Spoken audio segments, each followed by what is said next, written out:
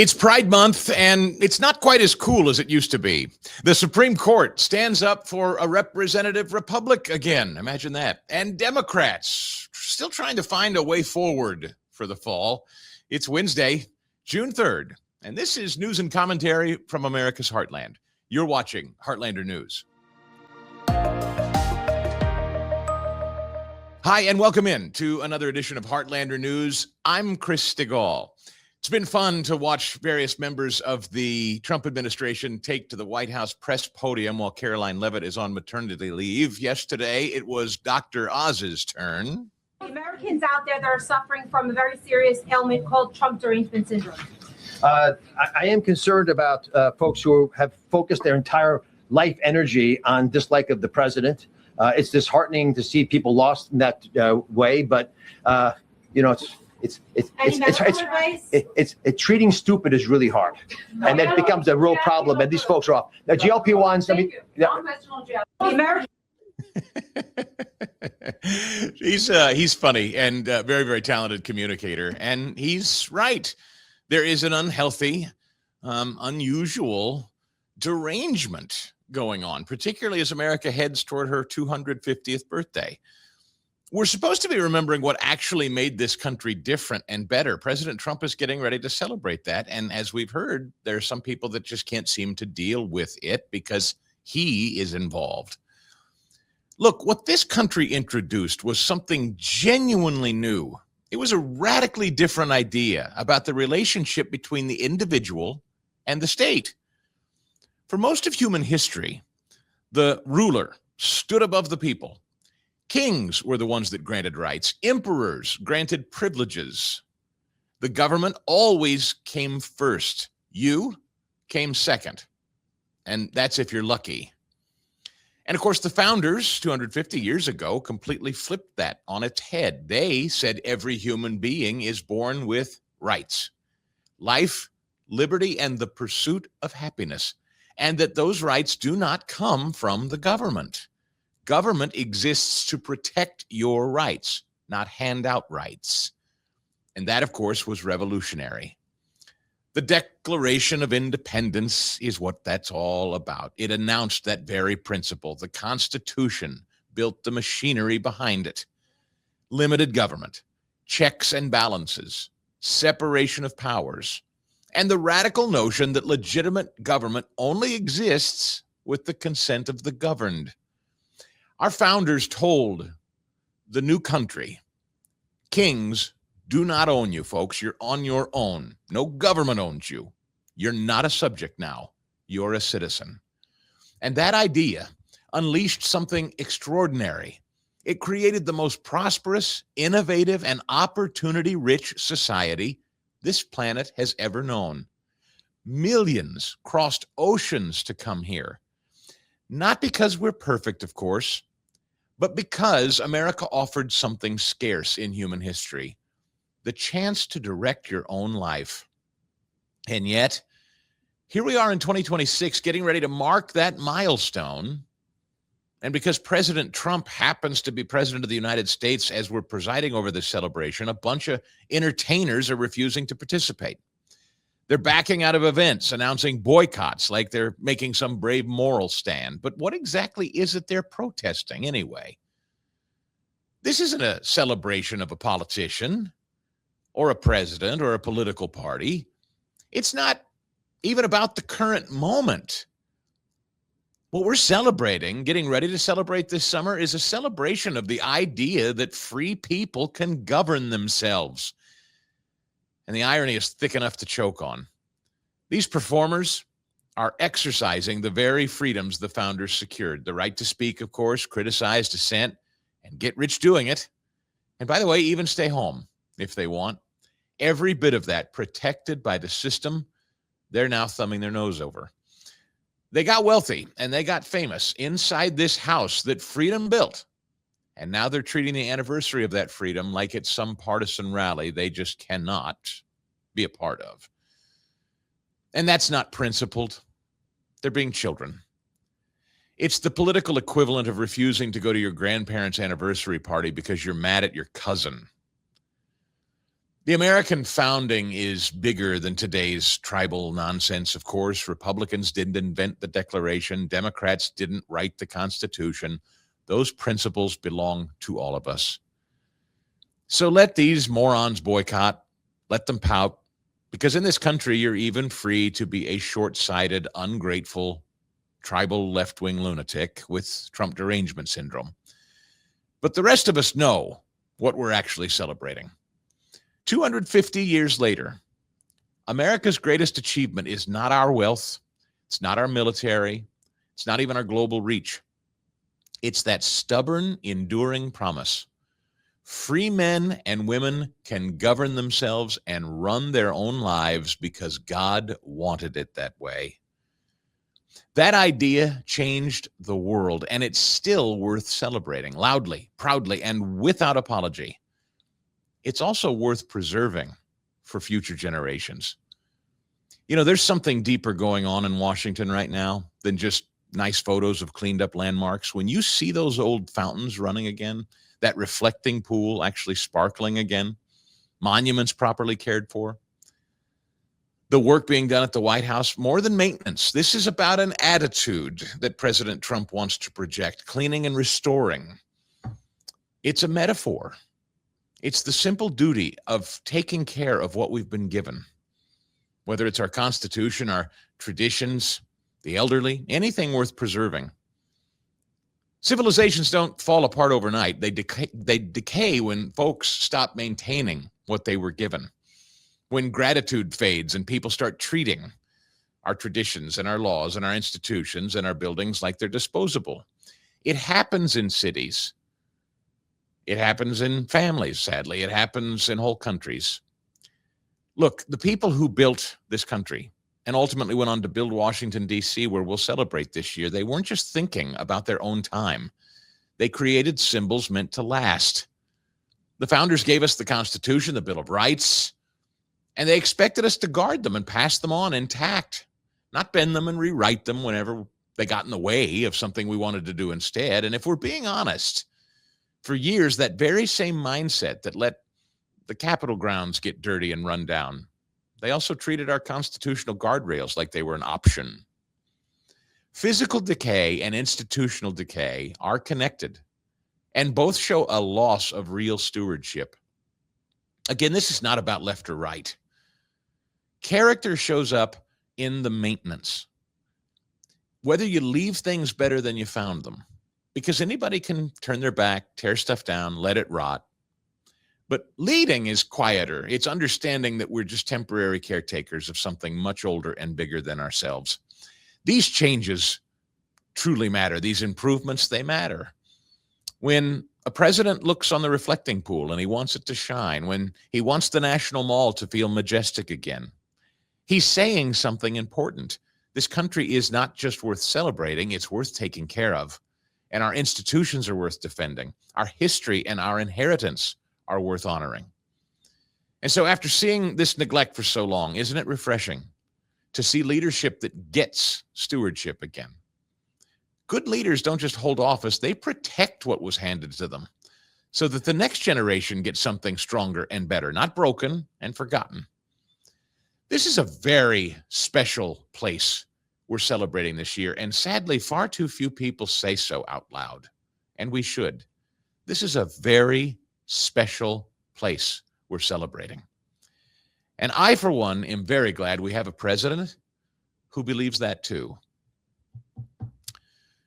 Back to the White House and the White House podium yesterday. Dr. Oz, one of the president's chief quality communicators out there, talking about some big advancements in the area of prescription drugs. This is something that you hear a lot about when you're talking about costs out there. How do you rein them in?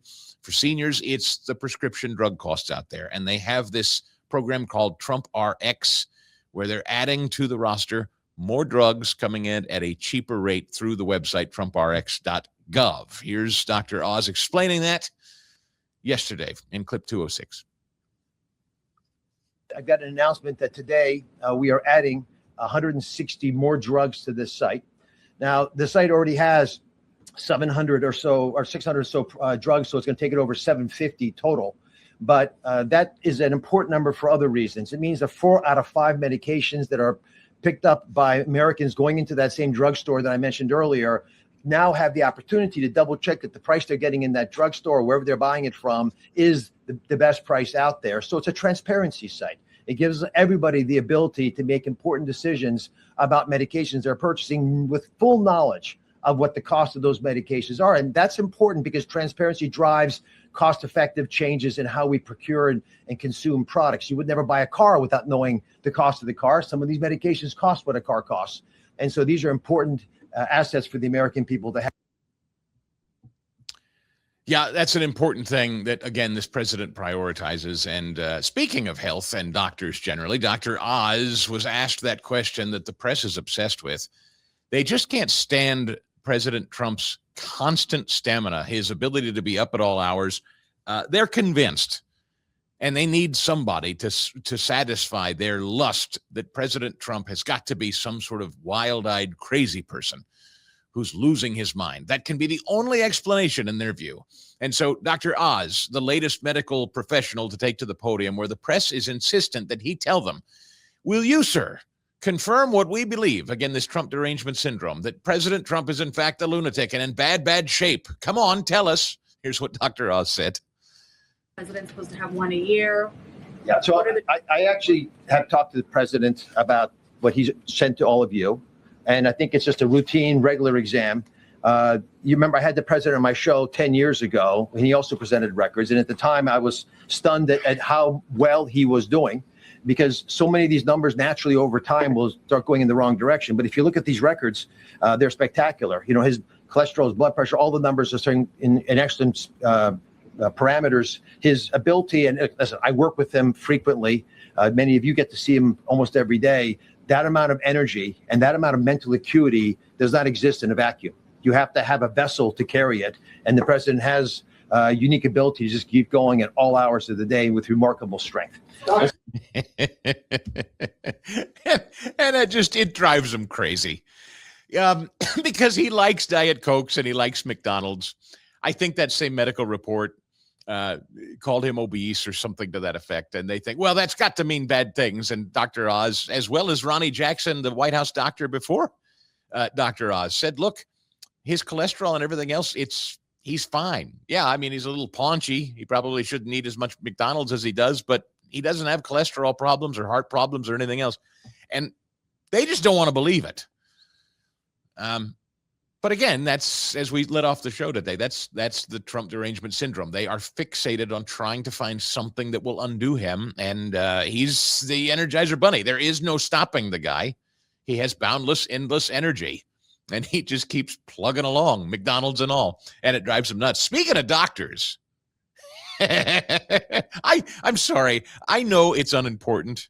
And there's probably nobody that cares about this at all. I'm just enjoying it. So will you bear with me as Dr. Jill continues her book tour? This is the most insufferable woman in many ways, but in another way, it's quite enjoyable because this actually is jaw-dropping. Again, the gaslighting from the left is remarkable.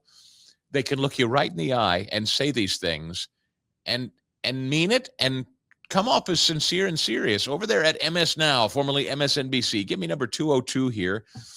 Asking the former First Lady if Joe Biden had in fact stayed and run and won a second term. Listen to this remarkable answer from Dr. Jill, the former First Lady.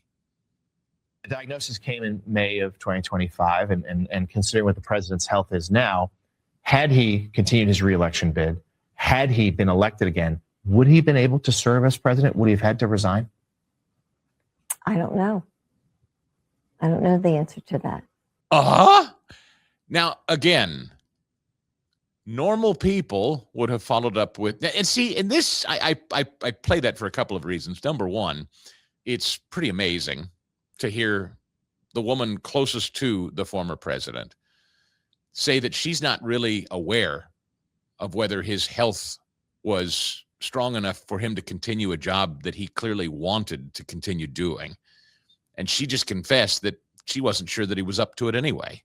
And yet she pushed. And remember, we've already talked about she was watching the debate and thought he was having a stroke and then ran him out to the Waffle House and screeched that he did such a good job and he answered every question. This woman is either soulless, a sociopath, all of the above. I don't know what you want to call this, but put that up against what I just played for you with Dr. Oz. They just demand to know what's wrong with Donald Trump because they don't like the way he governs. So there's got to be something wrong with him. And these medical people say, look, I've looked at all his charts and everything. Okay, he shouldn't eat as much McDonald's, but he's in relatively good shape otherwise. They won't take that as an answer at all. They have badgered for 10 years about Donald Trump's health. Here's a woman, the former first lady, married to the guy we were all pretending was president just a couple of years ago.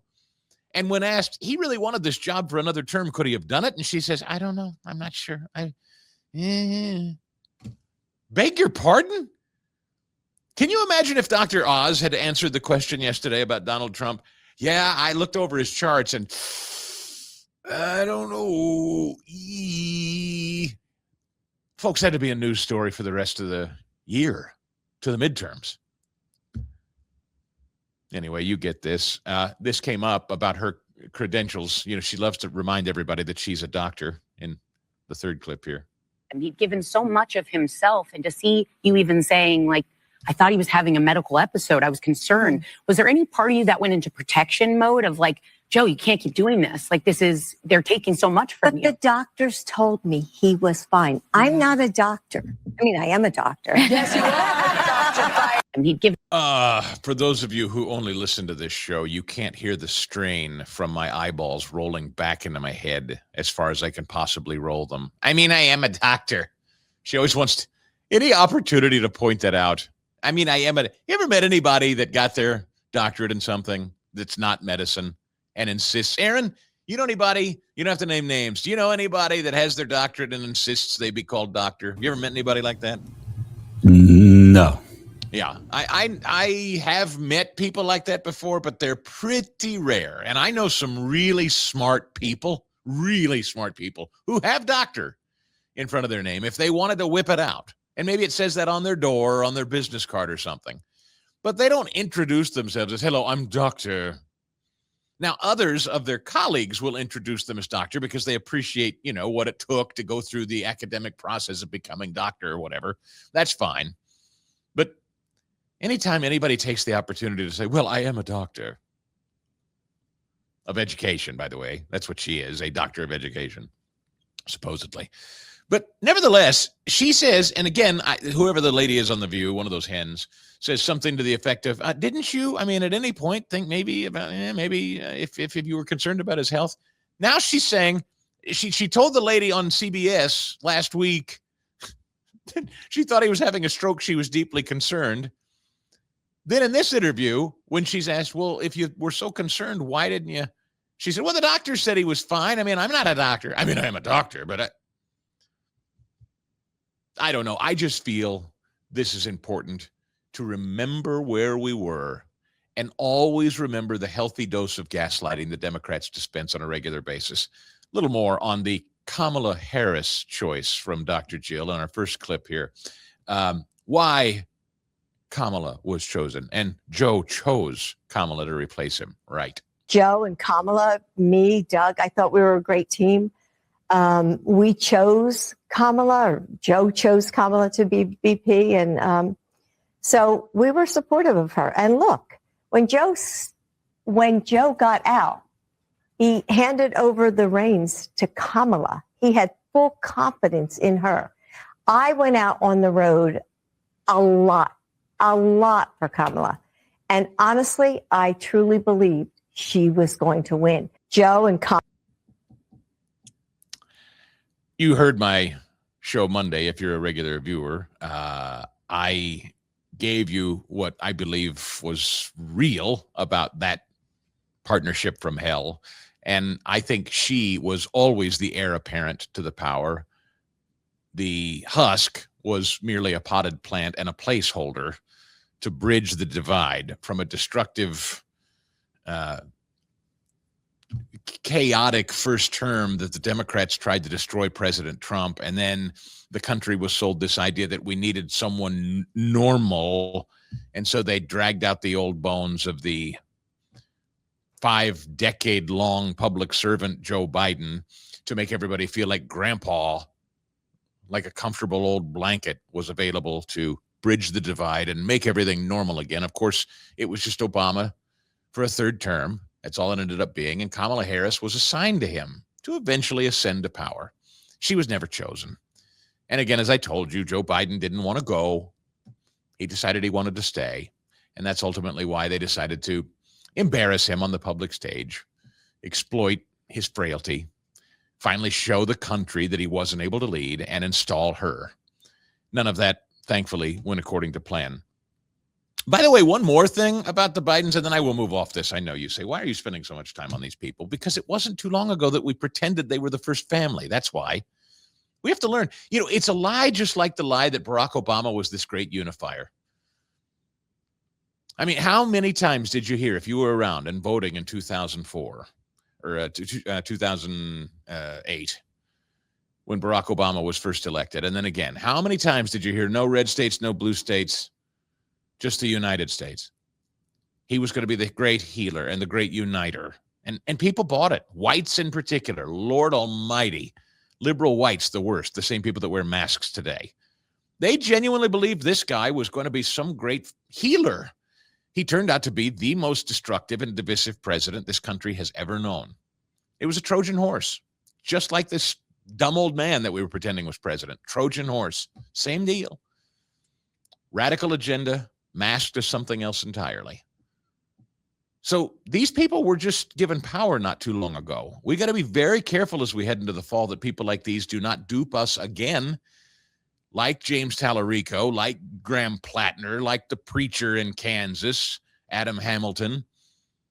These are Trojan horses. They are wolves in sheep's clothing. If you don't like left-wing politics, if you don't like a progressive agenda, you can't fall for the rope-a-dope from these Democrats.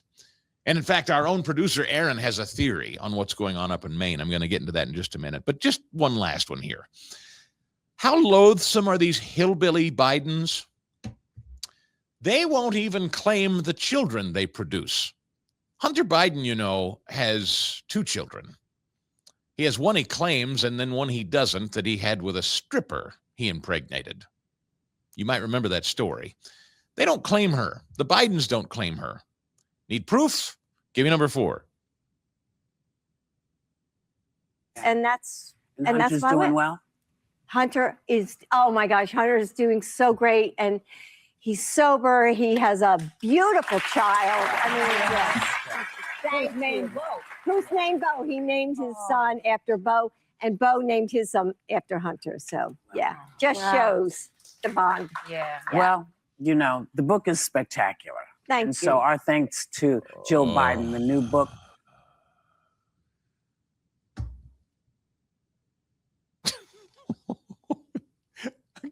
I don't have anything more to say about it other than if you choose to continue to believe that tripe after all the country's been through, after the Hunter Biden laptop, the crack pipes and the whole bit, that he is, the brothers.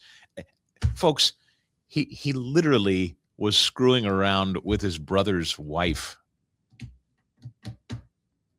I mean,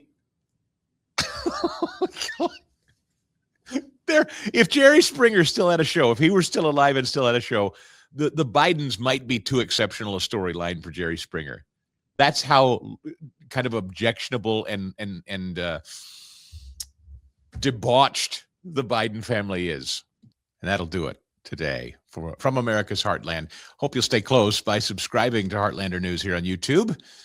And you'll be alerted every time we drop a new show. Be sure to give us a like and comments, too, if you're so inclined. We're glad to have you along. And we'll see you next time from America's Heartland here on Heartlander News.